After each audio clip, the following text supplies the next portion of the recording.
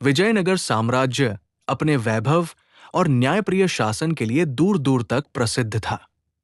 राजा कृष्णदेवराय अपने न्याय और वीरता के लिए जाने जाते थे।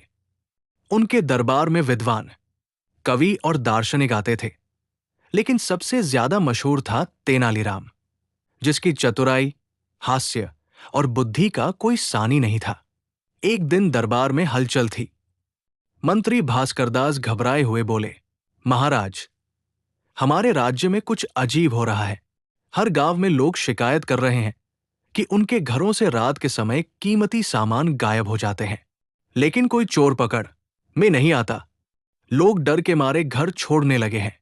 क्या हम इसे अनदेखा करें? राजा ने गंभीरता से देखा और अंत में मुस्कुराते हुए बोले, तेनाली, तुम्हारी चतुराई का समय आ गया है। मुझे पूरा भरोसा है कि तुम इस रहस्य को हल कर लोगे।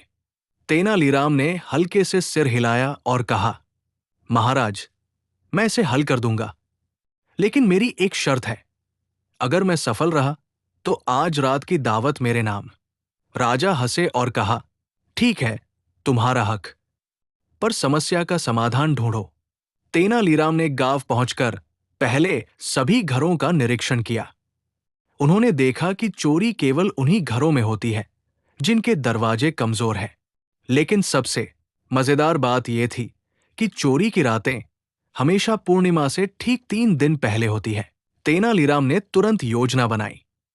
उन्होंने गांव के बच्चों को इकट्ठा किया और कहा, रात को तुम लोग खेतों और घरों के चारों ओर छिप कर खड़े रहो। कोई डर नहीं, मैं तुम्हें सुरक्षित रखूंगा। और हां, ध्यान रहे, चोरी करते चोर हमारे जाल में फंसेंगे। बच्चे उत्साहित होकर तैयार हो गए। तेनालीराम ने जाल का असाधारण तरीका तैयार किया। उन्होंने कीचड़, लकड़ी और रस्सियों से ऐसा जाल बनाया कि जैसे जमीन ही खींच ली गई हो। जाल के बीच में एक चमकती हुई गुड़िया रखी, जो चोर की नजर में अमूल्य आभूषण जैसी लगती। जैसे ही रात हुई, चोर आए। उन्होंने गुड़िया उठाने की कोशिश की और जाल फट गया। चोर फंस गए। लेकिन मजा तब आया जब तेनालीराम ने एक छुपा हुआ तांबा फूंकने वाला उपकरण चलाया, जिससे चोरों के हाथों में बिजली जैसी चमक और आवाज हुई। चोर डर के मारे उछल पड़े। गांव वाले और बच्चे दौड़े, लाठियां लेकर तैयार हो गए। चोर अपने जाल में फंसकर हक्के बक्के रह गए। तेनालीराम ने ऊंची आवाज में कहा, डरो मत, ये भूत नहीं, साधारण इंसान है। चोर हक्के बक्के, डर के मारे और शर्मिंदा होकर राजा के सामने प्रस्तुत हुए। राजा ने पूछा, तुम लोग इतनी देर से चोरी क्यों कर रहे थे? मुख्य चोर ने डरते हुए कहा, महाराज, हम अमीरों के घरों में चोरी करते थे, लेकिन अब हमें समझ में आया कि आपकी बुद्धि से बड़ा कोई नहीं। अब हम पीछे हट रहे हैं। राजा मुस्कुराए और बोले, तेनाली, तुमने बिना किसी हिंसा के समस्या सुलझा दी। तुम्हारी चतुराई और हंसी में शक्ति है। इसके बाद दरबार में कुछ विद्वानों ने तेनालीराम की बुद्धि पर सवाल उठाने की कोशिश की। महाराज, ये तो केवल किस्मत से हुआ। असली विद्वता तो शास्त्रों के ज्ञान में होती है।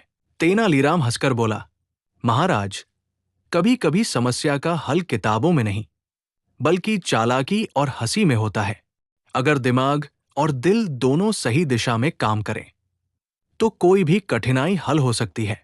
राजा कृष्णदेवराय ने घोषणा की, जब तक तेनालीराम हमारे दरबार में है, अन्याय और अज्ञान हमारे राज्य में प्रवेश नहीं कर सकता।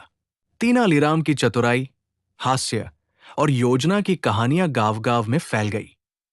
बच्चे उनके साथ खेलते हुए सीखने लगे कि कठिन समस्याओं को हल करने का सबसे अच्छा तरीका है शांति, बुद्धि और हास्य। और इस तरह तेनालीराम ने एक बार फिर दिखा दिया कि केवल बल और डर से नहीं, बल्कि बुद्धिमत्ता और योजना से बड़ी समस्या का हल निकाला जा सकता है।